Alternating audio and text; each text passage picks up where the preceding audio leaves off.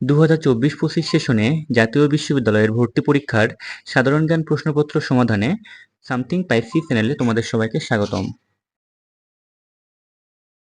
এখন আমরা সমাধান করব সাধারণ জ্ঞান অংশের।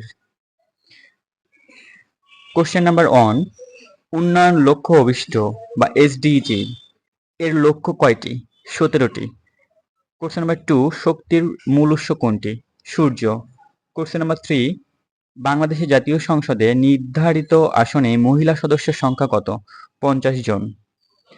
কোশ্চেন নাম্বার 4, বাংলাদেশের কোন জেলায় সবচেয়ে বেশি চা বাগান রয়েছে? মৌলভীবাজার। কোশ্চেন নাম্বার 5, কোন দেশে সমুদ্রবন্দর নাই? আফগানিস্তান। কোশ্চেন নাম্বার 6, কোন প্রাণী নিজের খাদ্য নিজেই তৈরি করে? উদ্ভিদ। কোশ্চেন নাম্বার 7, নবায়নযোগ্য জ্বালানি কোনটি? সৌরশক্তি।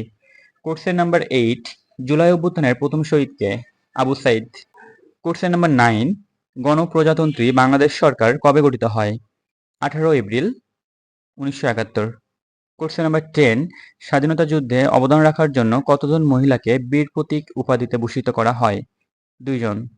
কোশ্চেন নাম্বার 11, বাংলাদেশ কোন সালে জাতিসংঘের সদস্যপদ লাভ করে? 1974।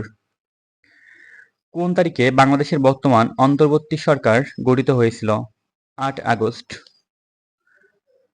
কোশ্চেন নাম্বার 13, গ্রামীণ ব্যাংকের প্রতিষ্ঠাতা প্রফেসর মোহাম্মদ ইউনূস কত সালে এবং কোন বিষয়ে নোবেল পুরস্কার লাভ করেন? 2006 সালে শান্তিতে।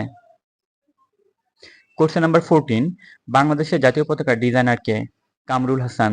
কোশ্চেন নাম্বার 15, বাংলাদেশের সর্বোচ্চ বৈদেশিক মুদ্রা অর্জিত হয় কোন খাত থেকে? তৈরি পোশাক। আন্তর্জাতিক নারী দিবস 8 মার্চ। কোশ্চেন নাম্বার 16, আন্তর্জাতিক নারী দিবস 8 মার্চ। কোশ্চেন নাম্বার 17, মুক্তিযুদ্ধের প্রথম বাংলাদেশকে কয়টি সেক্টরে বিভক্ত করা হয়? 11টি সেক্টরে।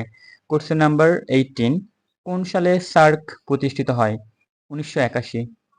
কোশ্চেন নাম্বার 19, বাংলাদেশের জাতীয় দিবস কোনটি? 26 মার্চ। কোশ্চেন নাম্বার 20, কোন সালে জাতীয় বিশ্ববিদ্যালয় প্রতিষ্ঠিত হয়? 1992 সালে।